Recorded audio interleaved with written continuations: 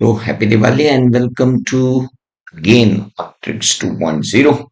हम लोग फिर हैं सीए फाइनल में और अब हम देख रहे हैं standard on auditing 200 620 600 and 610 we have done and now we are at 620. What 620 20 क्या है? 620 क्या है?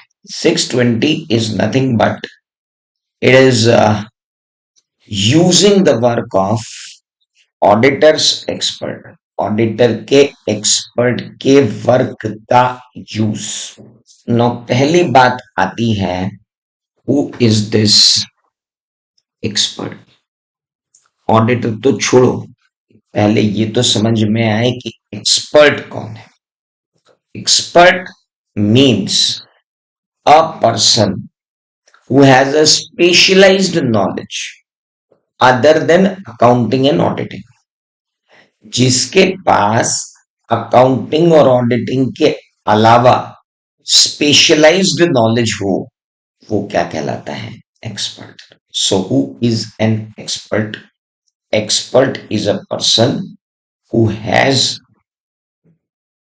Knowledge about a field which is other than accounting and auditing. So it is very important. So what exactly expert does? Expert करता क्या और हमें expert की क्या जरूरत है?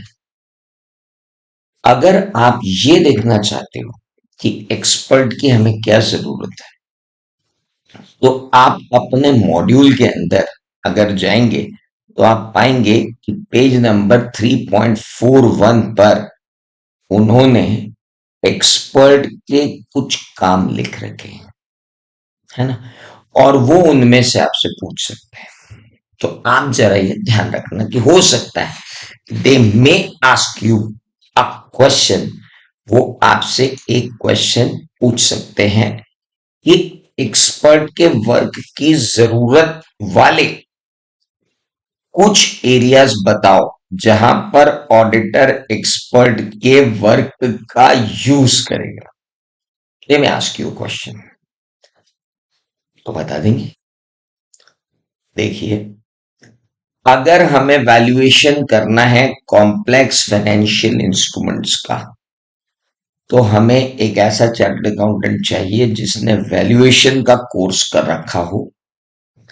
लैंड एंड बिल्डिंग का वैल्यूएशन चाहिए तो हमें डेफिनेटली रजिस्टर्ड वैल्यूअर चाहिएगा, प्लांट एंड मशीनरी के लिए, ज्वेलरी के लिए, वर्क ऑफ एन आर्ट के लिए, एंटिक्स के लिए, इनटेंजिबल असेट्स के लिए। इन सब के लिए हमको चाहिएगा क्या? एक एक्सपर्ट।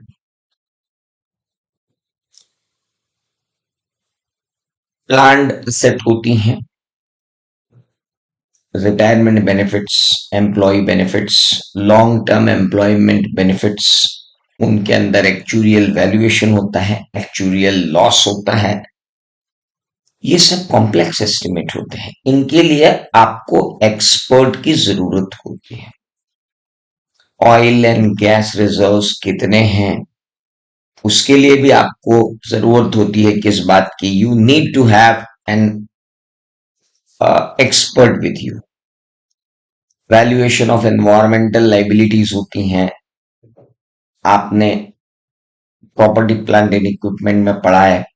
असेट रिटायरमेंट ऑब्लिगेशन, और उसके अंदर एक लॉन्ग टर्म इन्वेस्टमेंट था जिसकी डिस्काउंटिंग करके आपने प्रेजेंट वैल्यू निकाली थी। वो भी अकाउंटिंग एस्टिमेट अपने आप में it requires an expert. Sometimes it happens that there is a matter of fact of interpretation. How to interpret some fact in the light of law.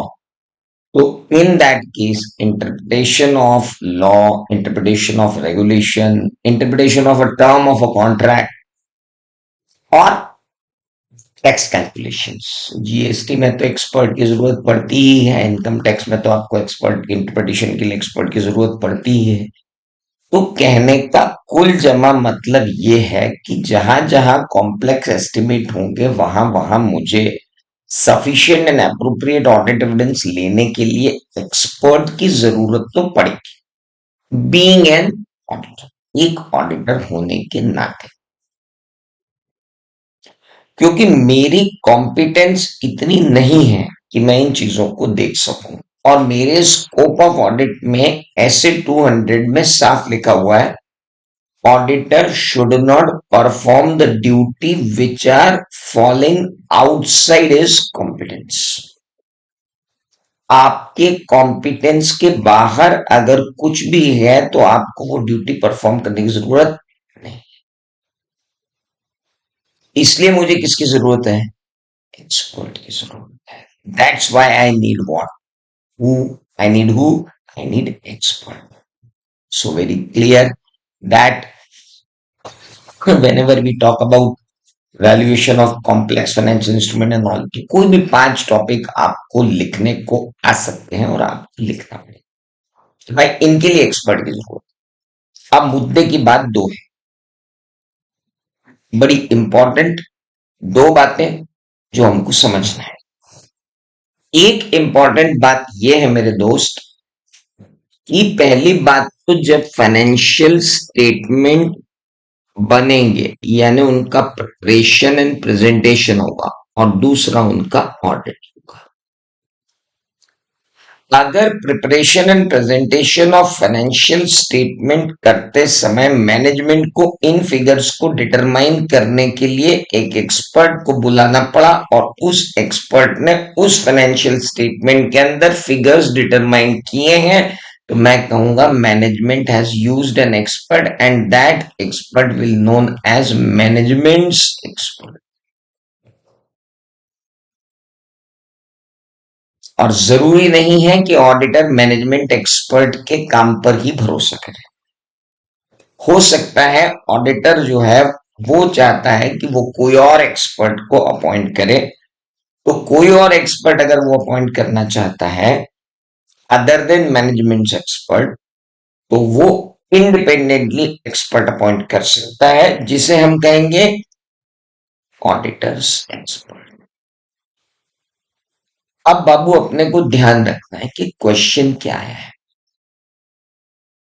Question यदि ये आया है कि ऑडिटर मैनेजमेंट के expert पर भरोसा करके अपनी ऑडिट प्रोसीजर डिटरमाइन करना चाहता है, तो मेरे दोस्त आपको जाना पड़ेगा स्टैंडर्ड ऑन ऑडिटिंग 500 में। और अगर आपका क्वेश्चन आता है कि ऑडिटर अपना एक्सपर्ट पॉइंट करके काम कर रहा है, ऑडिट एविडेंस ले रहा है, तो मेरे दोस्त स्टैंडर्ड ऑन ऑडिटिंग 620 में आप वेलकम है। पहली बात तो ये क्लैरिटी ले आओ कि ऐसे 620 लगेगा कि ऐसे 500 लगेगा। ऐसे 620 लगेगा कि ऐसे 500 लगेगा। पहले तो आप इस बात पे गौर करो। मतलब क्वेश्चन में एक्सपर्ट वर्ड आए तो उससे पहले जो वर्ड लगाए वो देख लेना, मैनेजमेंट एक्सपर्ट लगाए कि ऑडिटर्स एक्सपर्ट लगाए। और अगर खाली एक्सपर्ट लगाए तो थोड़ी सिचुएशंस देख लेना कि ये मैनेजमेंट एक्सपर्ट की बात कर रही है कि ऑडिटर एक्सपर्ट की बात कर रही है, क्योंकि अगर कोट गलत हो गया स्टैंडर्ड, तो वहीं के वहीं गड़बड़ होना स्वाभाविक है। तो आप जरा सा बराबरी से जो है वो ध्यान रखना पड़ेगा कि कहीं भी कोई मिक्सिंग ना हो जाए किसी भी तरीके से।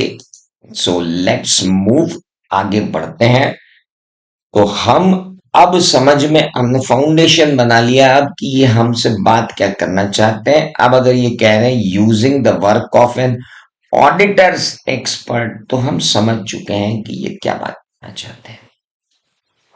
ऑडिटर्स एक्सपर्ट मतलब using the work of auditors expert. Using the work of auditors expert का मतलब होता है कि ऑडिटर अपना एक्सपर्ट अपॉइंट करके फाइनेंशियल स्टेटमेंट के अंदर जो items of financial statement complex हैं उनके बारे में sufficient and appropriate audit evidence लेना चाहता है। इसलिए यहां पर गाइडेंस अवेलेबल करवाया है ऐसे 620 में। ना हु इज ऑडिटर्स एक्सपर्ट? अब आप इतना माहौल बनाने के बाद जब इस डेफिनेशन को पढ़ेंगे कि ऑडिटर्स एक्सपर्ट कौन है, तो आपको समझ में आएगा who is an auditor's expert. Auditors expert means an individual. Auditors expert means an individual और ऑर्गेनाइजेशन। हो सकता है आप किसी इंडिविजुअल को अपॉइंट करें, हो सकता है आप किसी ऑर्गेनाइजेशन को अपॉइंट करें। ऑर्गेनाइजेशन मतलब प्राइवेट लिमिटेड कंपनी है जो एक्सपर्ट है। possessing expertise in a field other than accounting and auditing, ये बात ध्यान रखना बड़ा जरूरी है कि ऑडिटिंग और अकाउंटिंग को छोड़कर whose work in the field is used by auditor to assist the auditor in obtaining sufficient and appropriate audit evidence, जिसका काम हम इसलिए यूज करेंगे। he may be internal expert or he may be an external expert। internal expert means मेरी firm में इतने सारे client हैं और उन सब के यहाँ ये वैल्यूएशन वाला लफड़ा चलता है, तो मैंने तो अपने नौकरी पे रख लिया एक बंदे को। जब मेरे यहाँ अपने नौकरी पे ही रख लिया एक बंदे को जो मेरे ही काम करता है, so he is an external expert और दूसरा इंटरनल एक्सपर्ट। और अगर मैंने कहा नहीं साहब, जब जब मुझे काम होगा तब तब मैं बुला लूंगा, तो जब जब मुझे काम होगा तब तब मैं बुला लूंगा वाला बंदा कौन हो गया फिर? एक्सपर्ट एक्सटर्नल है, हमने हायर कर रखा है, उससे एक एसोसिएशन कर रखा है कि जब जब काम चाहिएगा तब तब हम आपको बुला लेंगे, तो that is called external expert. तो एक हुआ इंटरनल एक्सपर्ट और एक हुआ एक्सटर्नल एक्सपर्ट। इससे पहले मैनेजमेंट ने अगर अपॉइंट किया है तो he is known as what? Management expert. वो उनके preparation presentation of financial statement में वहां अपन जा ही नहीं रहे। ये कहते हैं एसिड 620 का स्कोप क्या है सर? ऐसे 620 दो कंडीशंस में नहीं लगेगा। बहुत ध्यान से आपको ये बात सुननी है। ऐसे 620 दो कंडीशंस में नहीं लगेगा। It does not applicable in these two situations.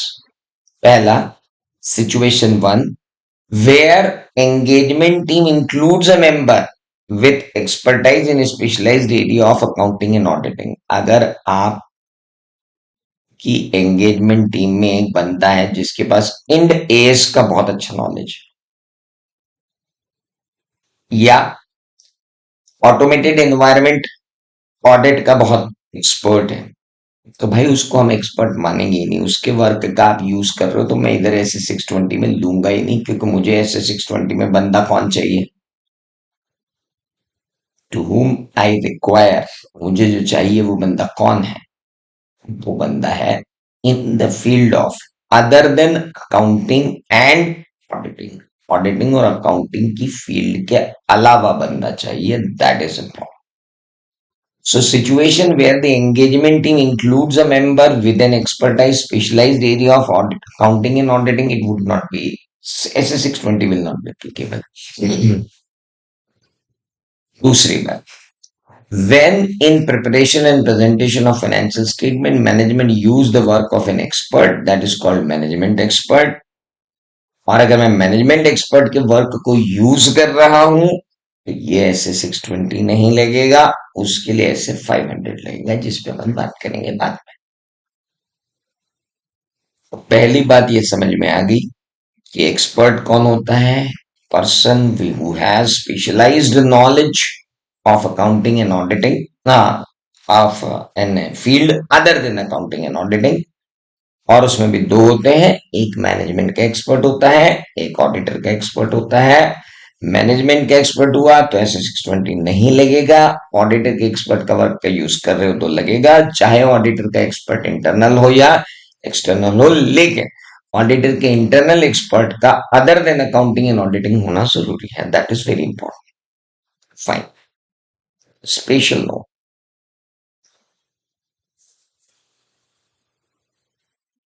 आप चाहे एक्सपर्ट के वर्क को यूज कर लो, आप चाहे एक्सपर्ट के वर्क को यूज कर लो, फाइनेंशियल स्टेटमेंट पे फाइनल ओपिनियन देने की जिम्मेदारी तो मात्र किसकी है? ऑडिटर की।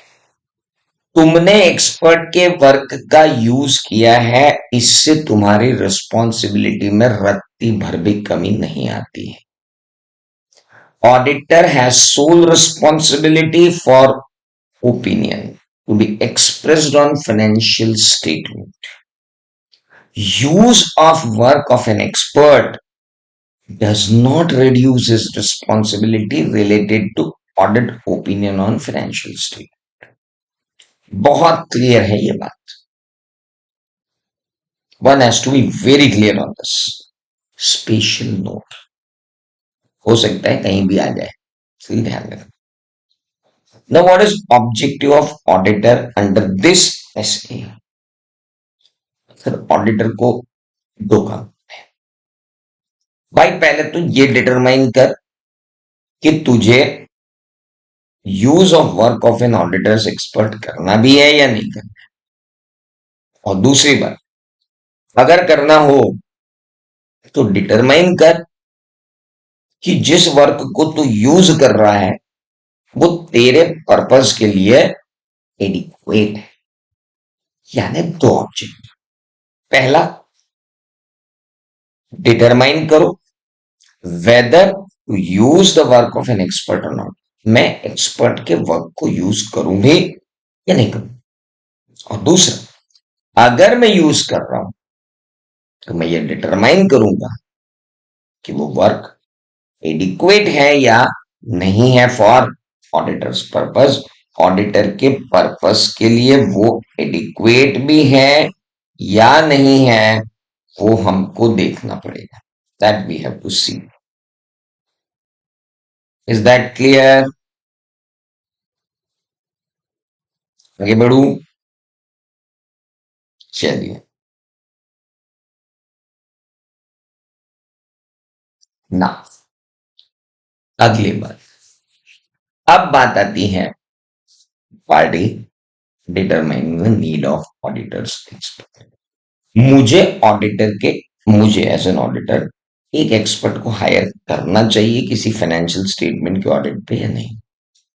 हमारा permanent example mister Dhangor chartered accountant है।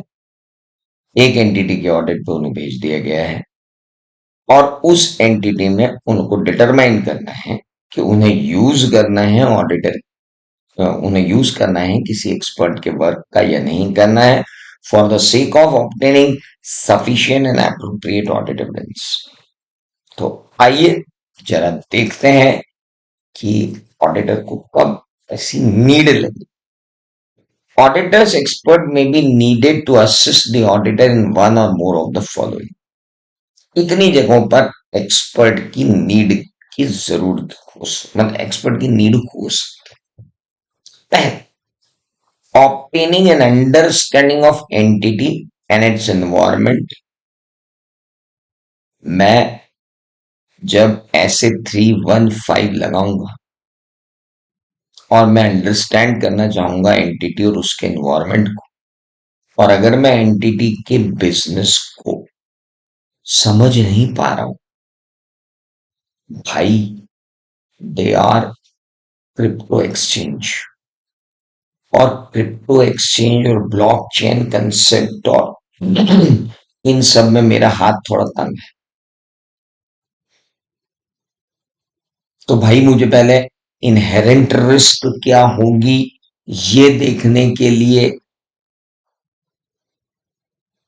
इंटरनल कंट्रोल कैसा होना चाहिए ये देखने के लिए, और इंटरनल कंट्रोल कैसा लगा रखा है ये देखने के लिए, यानी ओवरऑल ऐसे 315 और 330 तो मैं तब लगा पाऊंगा ना भाई साहब जब मुझे पता होगा कि एंटिटी का एनवायरमेंट क्या है, एंटिटी का बिजनेस क्या है, एंटिटी का इंटरनल कंट्रोल क्या लगा रखा है। अब कंट्रोल क्या लगा रखा है उसके बाद मैं उस कंट्रोल को चेक करके निकालूंगा कंट्रोल रिस्क। तो यहां मैंने ऑब्टेन की inherent risk and preliminary assessment of internal control. उसके बाद मैंने लगाई इस जगह पर test of control. Test of control लगाने के बाद मैंने डिटरमाइन की कि मेरी टेस्ट ऑफ डिटेल्स क्या होंगी, और टेस्ट ऑफ कंट्रोल की बेसिस पर ये डिटरमाइन करना कि टेस्ट ऑफ डिटेल क्या होगी, क्या कहलाता है, रिस्पॉन्स टू असेस्ड रिस्क। तो भाई मैं एक्सपर्ट के वर्क को यूज करूं कि नहीं करूं, उसके लिए मुझे देखना पड़ेगा कि बिजनेस का नेचर क्या इतना कॉम्प्लेक्स है कि मैं इनहेरेंट रिस्क ही असेस नहीं कर सकता, या मैं कंट्रोल रिस्क ही असेस नहीं कर सकता, या मैं ROMMS ही असेस नहीं कर सकता, या मैं यही डिटरमाइन के नहीं कर सकता कि मुझे फर्दर ऑडिट प्रोसीजर्स कौन सी लगानी है, और क्या मेरे पास जो ऑडिट एविडेंस आएंगे ओपिनियन बनाने के लिए वो मेरे पास सफिशिएंट है भी या नहीं है। तो भाई ऑडिटर्स एक्सपर्ट में बी नीडेड, ऑडिटर का एक्सपर्ट नीडेड हो सकता है to assist the auditor in one or more of the following.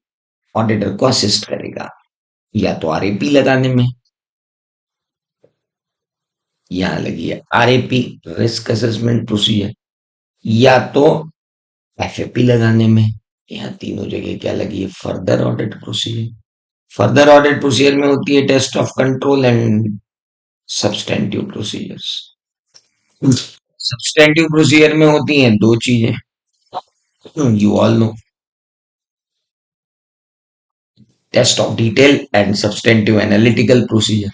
So we have various kind of procedures. हमारे पास दो तरीके की procedures हैं. So what kind of procedures we have? We have two procedures. One procedure which is known as substantive procedure. One as a procedure which is known as list of control. Substantive procedure में फिर दो थी, तो कहीं भी लगाओगे procedure तो आपको अपनी प्रोसीजर लगाने के लिए ही क्या चाहिएगा, एक्सपर्ट, चाहे RAP लगाने के लिए चाहे FAP लगाने के लिए। अब अगर एक MCQ आ जाता है, अब अगर एक MCQ आ जाता है कि ऑडिटर को एक्सपर्ट अपॉइंट करना है, तो यूजुअली ऑडिटर एक्सपर्ट किस लिए अपॉइंट करता है, रिस्क असेसमेंट प्रोसीजर लगाने के लिए, या फर्दर ऑडिट प्रोसीजर लगाने के लिए, या दोनों लगाने के लिए, या आइदर ऑफ द अबव लगाने के लिए। तो हम लिखेंगे आइदर ऑफ द अबव लगाने के लिए ही कैन फॉर इट। आगे बढ़े।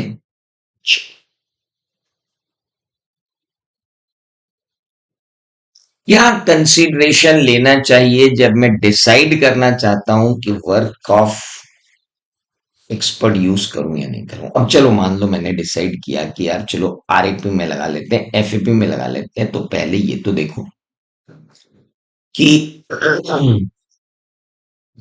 जरूरत है क्या, उनसे जरूरत तो है, और क्रिप्टो एक्सचेंज वाला मामला है और वैल्यूएशन वाला मामला है, I need badly need an expert. ठीक है, तो पहले ये देख लो कि क्या मैनेजमेंट ने कोई एक्सपर्ट यूज किया है preparation and presentation of financial statement में। हाँ सर, किया हुआ है। तो अगर किया हुआ है तो जो nature and significance of matter है दैट इज क्रिप्टो करेंसी, कितना कॉम्प्लेक्स है सर, बहुत कॉम्प्लेक्स है। अच्छा अच्छा, उसमें ROMS के चांसेस कितने हैं सर, बहुत चांसेस है कि वहां रिस्क ऑफ मटेरियल में स्टेटमेंट हो जाए। Do you have any alternative audit evidence available to support that. Sir उसके कोई अल्टरनेटिव ऑडिट एविडेंस नहीं होते, वो तो ऑडिट ट्रेल ही नहीं मिलती है उसकी। तो कहाँ आप बात कर रहे हो, मतलब क्रिप्टो करेंसी ट्रांजेक्शन्स है, क्रिप्टो करेंसी का बैलेंस है, क्रिप्टो करेंसी का वैल्यूएशन है, और मैनेजमेंट ने खुद ने वहां एक्सपर्ट को यूज किया था। मैटर बहुत सिग्निफिकेंट है, मैटर बहुत कॉम्प्लेक्स है, ROMMS ज्यादा है और अल्टरनेटिव ऑडिट एविडेंस अवेलेबल नहीं। अगर इन चारों चीजों को मैं कंसीडर करूं तो मुझे ऐसा लगता है कि मुझे किसको अपॉइंट कर देना चाहिए, भाई साहब, I should use work of an expert. हो सकता है एक क्वेश्चन आपसे ये पूछ लिया जाए कि क्या मैनेजमेंट के एक्सपर्ट का वर्क यूज करना या नहीं करना है, ये डिटरमाइन करने के लिए ऑडिटर क्या करेगा, whether to use the work of an auditor's expert or not, what consideration an auditor should take. Auditor should take first consideration whether management has used the management expert, what is nature and significance of the matter, what is ROMMS regarding such matter, and what is availability of alternative audit evidence. यहां से एक चीज और निकल के आती है ना, यहां से ऑडिटर ये भी डिटरमाइन कर सकता है कि मैं 620 की तरफ जाता ही नहीं हूँ, अब जब मैनेजमेंट ने अपॉइंट किया ही हुआ है एक्सपर्ट तो आई विल यूज हिज। अब अगर आप यहां से जा रहे हो कि मैं वही वर्क यूज कर लूंगा, then you are diverting yourself to SFI।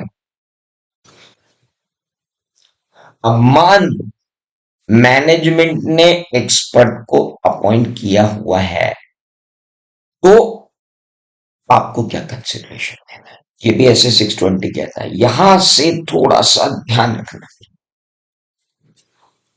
अगर मैनेजमेंट ने एक्सपर्ट रखा हुआ है और उन्होंने तो फाइनेंशियल स्टेटमेंट बनाते समय एक्सपर्ट को रखा ही था, अब ऑडिटर डिसाइड कर रहा ना, मैं मैनेजमेंट के एक्सपर्ट के वर्क को यूज नहीं करना, मैं अपने एक्सपर्ट के वर्क को यूज करना चाहता हूं। अब अगर डिसीजन ये है कि आप अपने एक्सपर्ट को यूज करना चाहते हैं और मैनेजमेंट के एक्सपर्ट को यूज नहीं करना चाहते हैं, तो ये डिसीजन कैसे लोगे। अभी देखो अपन कितने डिसीजन ले रहे हैं। पहला डिसीजन लिया, ये डिटरमाइन करना कि अपने को कहां कहां ऑडिटर की एक्सपर्ट की जरूरत पड़ सकती है। दूसरा, अगर जरूरत पड़ गई है तो क्या हम उसका यूज करें भी या नहीं करें, इसका डिसीजन लिया। तीसरा डिसीजन ले रहे हैं कि मैनेजमेंट ने अगर एक्सपर्ट के वर्क को यूज किया है तो हम क्या करेंगे। सिंपल है sir, whether to use auditor's expert. Despite the management has already used their expert in preparation and presentation of financial statement, auditor may consider the following: nature, scope, and objective of management experts work. Management के expert को crypto currency के valuation के लिए और crypto currency के transactions के valuation के लिए प्रॉपरली अपॉइंट किया गया था। ओके, क्या मैनेजमेंट का एक्सपर्ट मैनेजमेंट का एम्प्लॉय है या आउटसोर्स्ड है। भाई साहब वो आउटसोर्स्ड है। चलिए, आउटसोर्स है तो ये बताइए कि मैनेजमेंट उसके ऊपर कितना कंट्रोल या इन्फ्लुएंस रहा।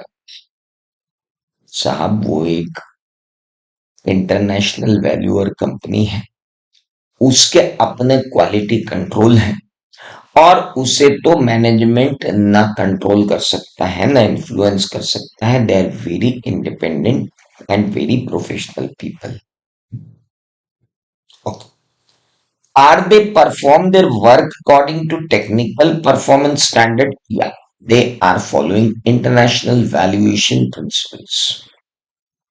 Very good. Are they having any license to do all these things or they are authorized to do these things? Yes, they are professionally qualified, industrial requirement, whatever are there, they are fulfilling it. Very good. Is there any control over management's work? No, there is no control over it. वाह, तो management का auditor इतना सारा काम कर रहा है, management का एक्सपर्ट इतना सारा काम कर रहा है, वो एम्प्लॉय भी नहीं है, इनके कंट्रोल में भी नहीं है, इनके इन्फ्लुएंस में भी नहीं है, इनका वो टेक्निकल स्टैंडर्ड भी फॉलो करता है, अदर प्रोफेशनल रिक्वायरमेंट भी फॉलो करता है। सो यू कैन डिसाइड कि हाँ यार अपन किसका वर्क का यूज कर सकते हैं, मैनेजमेंट एक्सपर्ट का यूज कर सकते हैं। अब अगर मैनेजमेंट एक्सपर्ट के वर्क का यूज करना है तो कैसे करना है, उसके लिए आपको 500 में जाना पड़ेगा। अब यहां से दिमाग समझना चालू करें। केस स्टडी अगर आई कि मैनेजमेंट के एक्सपर्ट का यूज करना है, ये ऑडिटर ने डिसाइड कर लिया है, तो आप ऐसे 500 पे जाइए। ऑडिटर ने डिसाइड कर लिया है कि मैनेजमेंट का एक्सपर्ट वाहियात है, हमें अपना ही एक्सपर्ट अपॉइंट करना पड़ेगा। Welcome to S 620। मैनेजमेंट अभी ये डिटरमाइन करना चाहता है, सॉरी, ऑडिटर अभी ये डिटरमाइन करना चाहता है कि मैनेजमेंट के वर्क को यूज करे या ना करे। Welcome to S 620। Auditor has evaluated that we should use the management expert's work. Now, how to use it? Welcome to SA 500। आधे लोगों को तो यही तमीज नहीं है कि ऐसे 620 कब लग रहा है और ऐसे 500 कब लग रहा है। Let me summarise once again. Expert की जरूरत है ऑडिट एविडेंस के लिए। गुड। ऑडिटर ने डिसाइड कर लिया वो मैनेजमेंट के एक्सपर्ट पर भरोसा करेगा। Now, how he should use the work of an expert, go to SA 500। Auditor has decided not to rely on work of management expert and want to appoint his own expert and use the work of it, come to SA 620। Third, auditor is yet to determine. He want to take a decision. He want to take a call whether he should use the work of an expert appointed by the management or not। He should follow the consideration which are given under SS 620 and not SS 600 and SS 500। हमारे आधे से ज्यादा दिक्कत ये हो जाती है कि जब बच्चे को दिखता है मैनेजमेंट एक्सपर्ट, वो बोलता है हटाओ अलग 500 लगा दो। जहां उसको दिखता है ऑडिटर्स एक्सपर्ट, हटाओ अलग SS 620 लगा दो। भाई साहब, SS 620 का ये वाला टॉपिक दिख रहा है आपको? क्या लिख रहा है वो? What if management has used the work of an expert, and if auditor is deciding whether to use the work of an expert for the purpose of his audit of that expert who is appointed by management, you need to fall here in ऐसे 620 और फिर exam में हो जाती है गड़बड़। तो थोड़ा सा ध्यान रखें। आगे बढ़े। तो एक मिनट, अगर मुझे डिसाइड करना है कि मैं मैनेजमेंट के एक्सपर्ट के वर्क को यूज करूं या ना करूं, हाँ तो पहले देखो उसका नेचर, स्कोप और ऑब्जेक्टिव आपके नीड के हिसाब से मैच होता है। अगर वो एम्प्लॉय है तो यार इन्फ्लुएंस होगा, आउटसोर्स है तो चला अच्छा हो सकता है, कंट्रोल इन्फ्लुएंस ज्यादा है क्या उसके ऊपर, हाँ मत यूज करो, नहीं है करो। क्या वो technical performance standard, other professional standard use करता है? करता तो है तो कर लो यूज, नहीं करता है चेक इट आउट, करना पड़ेगा। Any controls with in the entity over the management experts work, कोई कंट्रोल है क्या एंटिटी का? नहीं है, कोई दिक्कत नहीं है, आप एक्सपर्ट के वर्क को यूज कर सकते हो। तो एक्सपर्ट के वर्क को यूज करने के लिए इतना काम आपको करना पड़ेगा।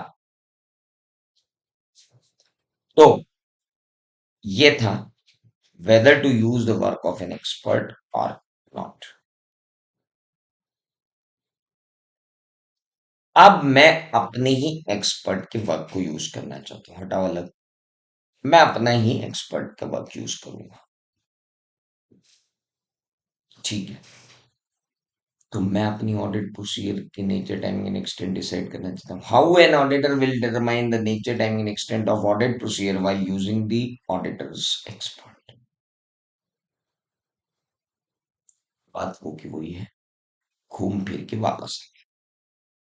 नेचर ऑफ द मैटर क्या है? क्रिप्टो करेंसी है। आरओएमएमएस ऑफ द मैटर क्या है? बहुत सिग्निफिकेंट है। क्या एक्सपर्ट का वर्ड सिग्निफिकेंट होगा इस मैटर में? सर उसी का वर्क सिग्निफिकेंट है, हमारा तो कोई वर्क ही नहीं है। तुम्हारा नॉलेज क्या रहा? Previous experience with that expert. हाँ, हमारा एक्सपीरियंस है ये तो, हमारा जो है एक्सपर्ट है ही वो, तो मतलब उसमें तो कोई दिक्कत ही नहीं। उसके साथ हमारा एसोसिएशन है और हम पहले से उसको जानते हैं कि क्या करना है, वो बढ़िया काम करता है। whether the expert is subject to quality control procedure of the audit firm। Sir इतना बढ़िया एसोसिएशन है हमारा, तो इतने सालों से उसके साथ, वो भी क्वालिटी कंट्रोल प्रैक्टिसेस हमारी फॉलो करता है। बहुत बढ़िया है। Then appoint that expert and use it. और मैं डिसीजन क्या ले रहा था ये वाला? अरे मैं ये डिसीजन ले रहा था कि मेरी nature time extent of audit procedure कितनी रखूं जब मैं एक्सपर्ट को यूज करूं। भाई नेचर ऑफ मैटर देख ले, तेरे से लग पाई इसमें प्रोसीजर? बोले भाई साहब क्रिप्टो करेंसी दो प्रोसीजर नहीं लगा सकता मैं। हाँ, तो फिर छोड़, तेरे नेचर टाइम एक्सटेंट को कम कर ले। आरओएमएमएस कितना है? बहुत ज्यादा है। तो खाली एक्सपर्ट के वर्क पे भरोसा करेगा, खुद की भी लगाएगा? यानी खुद की भी लगाएंगे, पर पहले एक्सपर्ट की लगवा ले। सिग्निफिकेंट है क्या एक्सपर्ट का वर्क? बहुत ज्यादा। तेरा प्रीवियस एक्सपीरियंस क्या रहा भाई इस ऑडिटर के साथ? बढ़िया था, कोई दिक्कत नहीं है, अच्छा है, क्वालिटी कंट्रोल पॉलिसी फॉलो करता है, use it. Nature of the matter क्या है? बहुत खतरनाक। आरओएमएस भयंकर, एक्सपर्ट का वर्क यूज भयंकर, प्रीवियस एक्सपीरियंस इसके साथ कोई भी नहीं, नया एक्सपर्ट अपॉइंट किया इस बार पहली बार। क्या वो क्वालिटी कंट्रोल पॉलिसी फॉलो करता है? बताया तो है, लेकिन करता है कि नहीं करता है मालूम नहीं। तो भाई साहब ये आखिरी दो चीजों में अपने को थोड़ा ध्यान रखना पड़ेगा, अपनी नेचर टाइमिंग एंड एक्सटेंड, इन दो चीजों के बारे में बढ़ानी पड़ेगी। यार ये तो प्रोफेशनल डिसीजंस हैं और आपकी केस स्टडी पे डिपेंड करते हैं। अब आपको एक केस स्टडी वो बना देगा कुछ और एक केस स्टडी बना देगा कुछ, और बंदा लिख क्या, मैं तो लिख क्या गया ऐसे 620, वो पागल आदमी, उसने पूछा क्या पहले ये तो देख ले।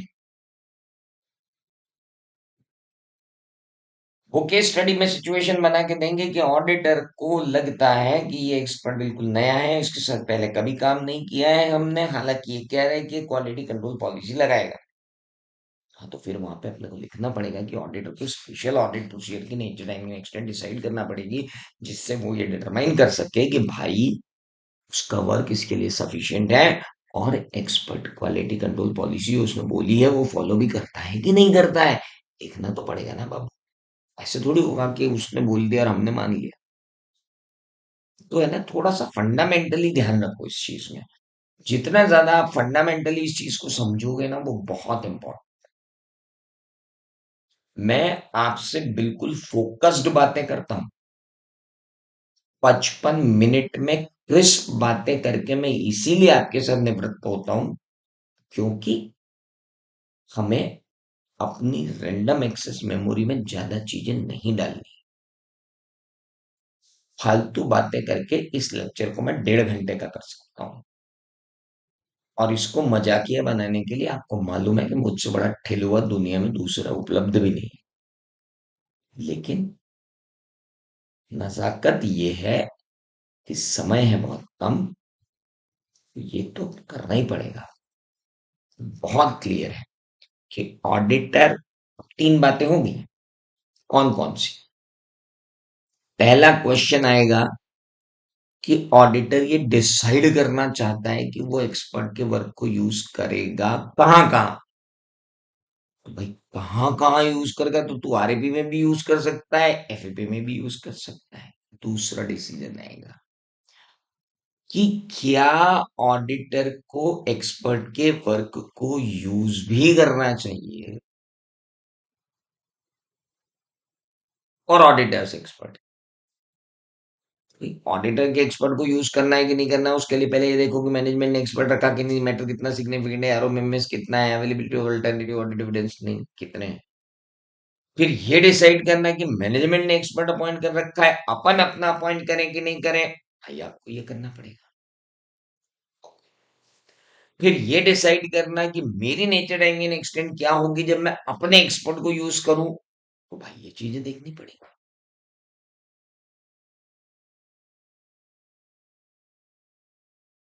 भाई साहब, ये बहुत important, ये इसका एक्सटेंशन है।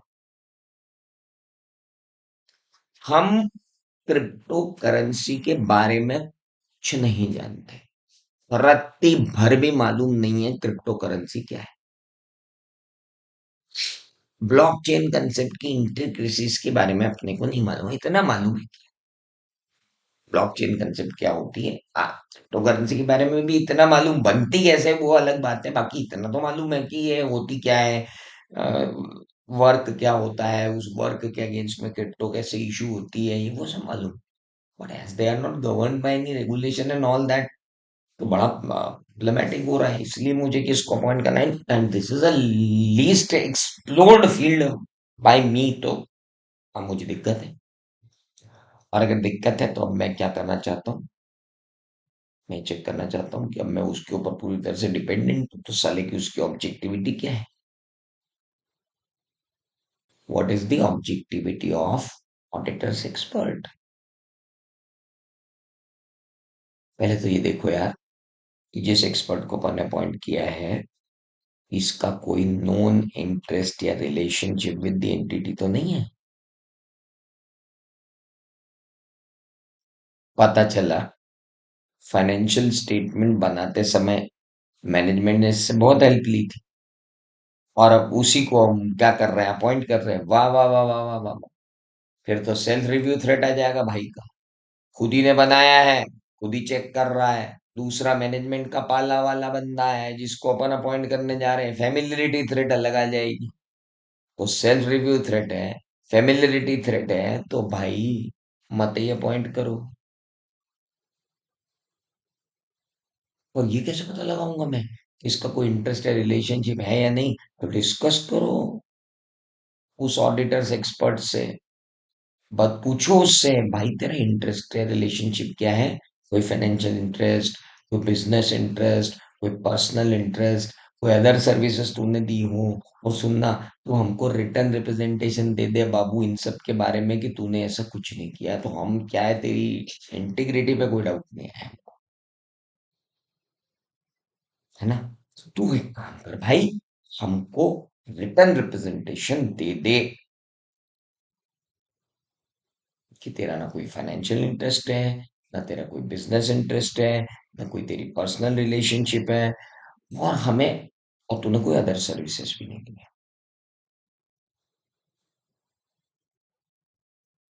वो बोलेगा देखिए सर, मेरा इंटरेस्ट था, लेकिन ये अपॉइंटमेंट लेने से पहले मैं वो इंटरेस्ट को छोड़ चुका हूँ।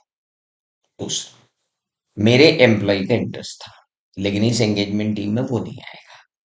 ठीक है।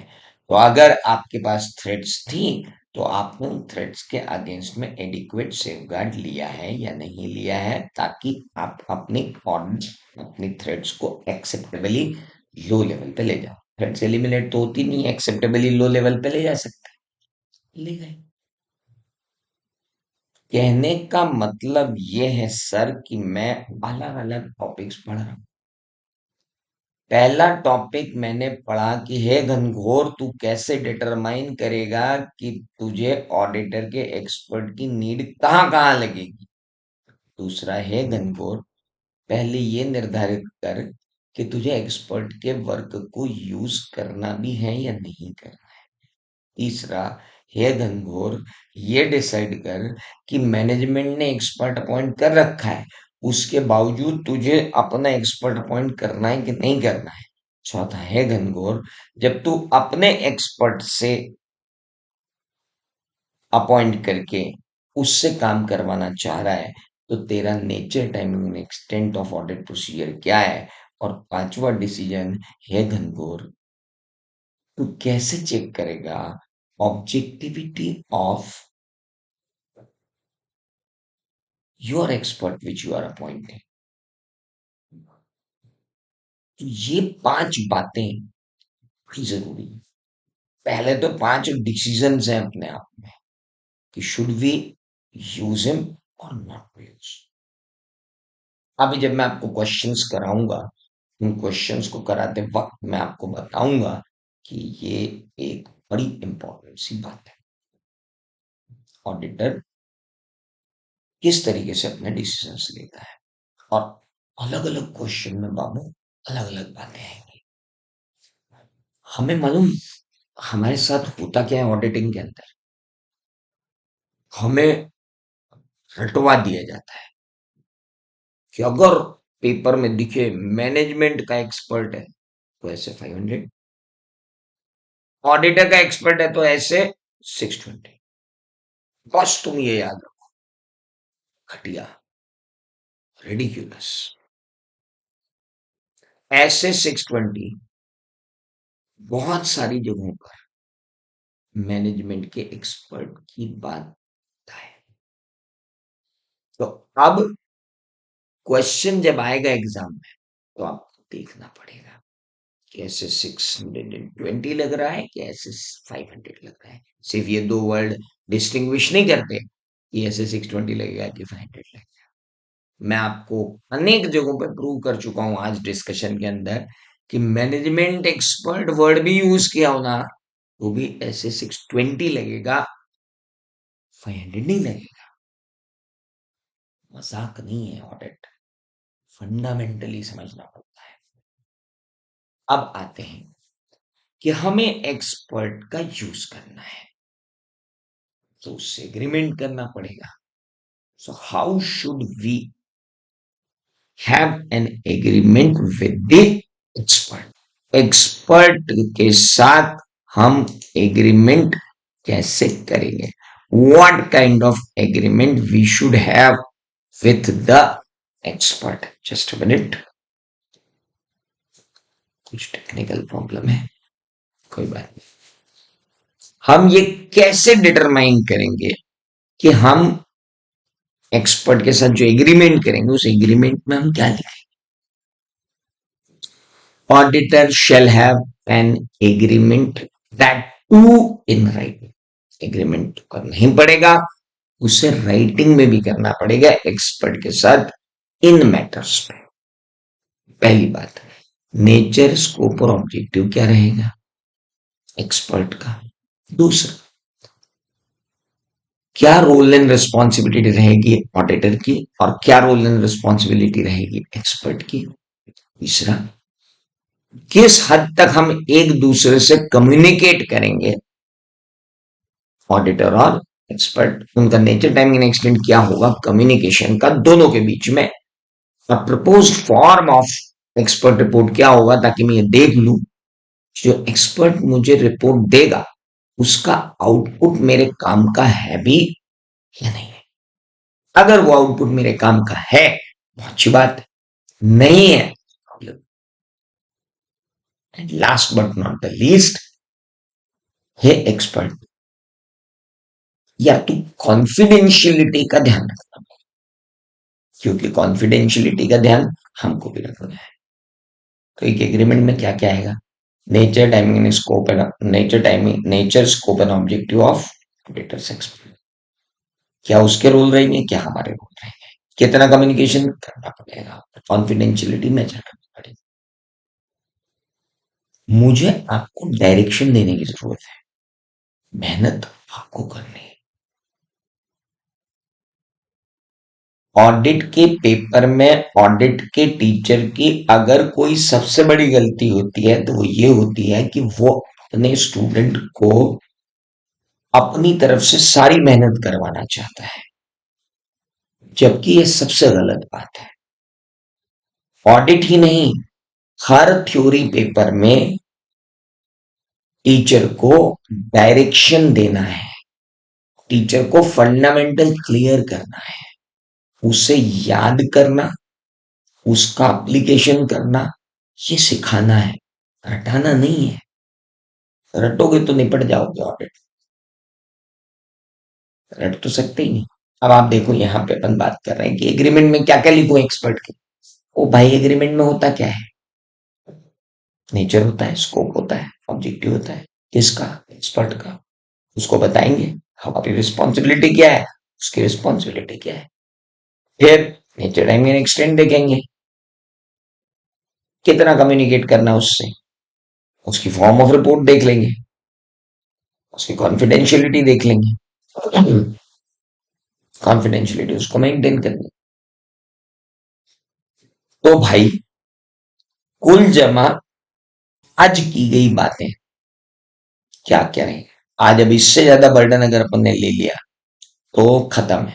आज हमने 5 क्लैरिटी ली है। एक्सपर्ट कौन, एक नहीं, कितनी क्लैरिटी, 5 नहीं, ज्यादा ली है। आज हमने क्या क्या पढ़ा?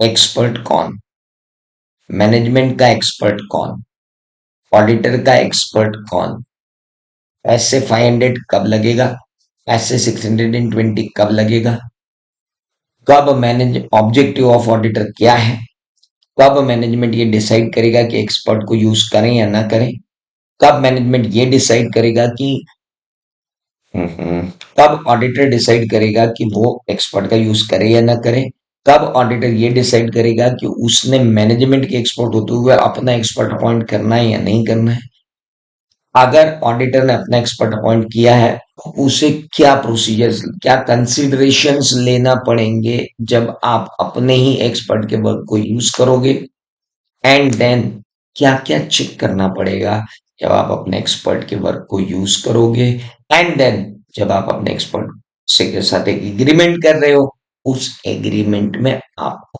क्या क्या डिसाइड करना होगा। ये सारी बातें किसमें होंगी? एग्रीमेंट विद एन एक्सपर्ट में। और ये आज की सारी बातें होंगी। जब मैं इनके प्रैक्टिकल क्वेश्चंस आपको कराऊंगा तब मैं बहुत अच्छे से आपको समझाने वाला हूं कि how these are required to be applied.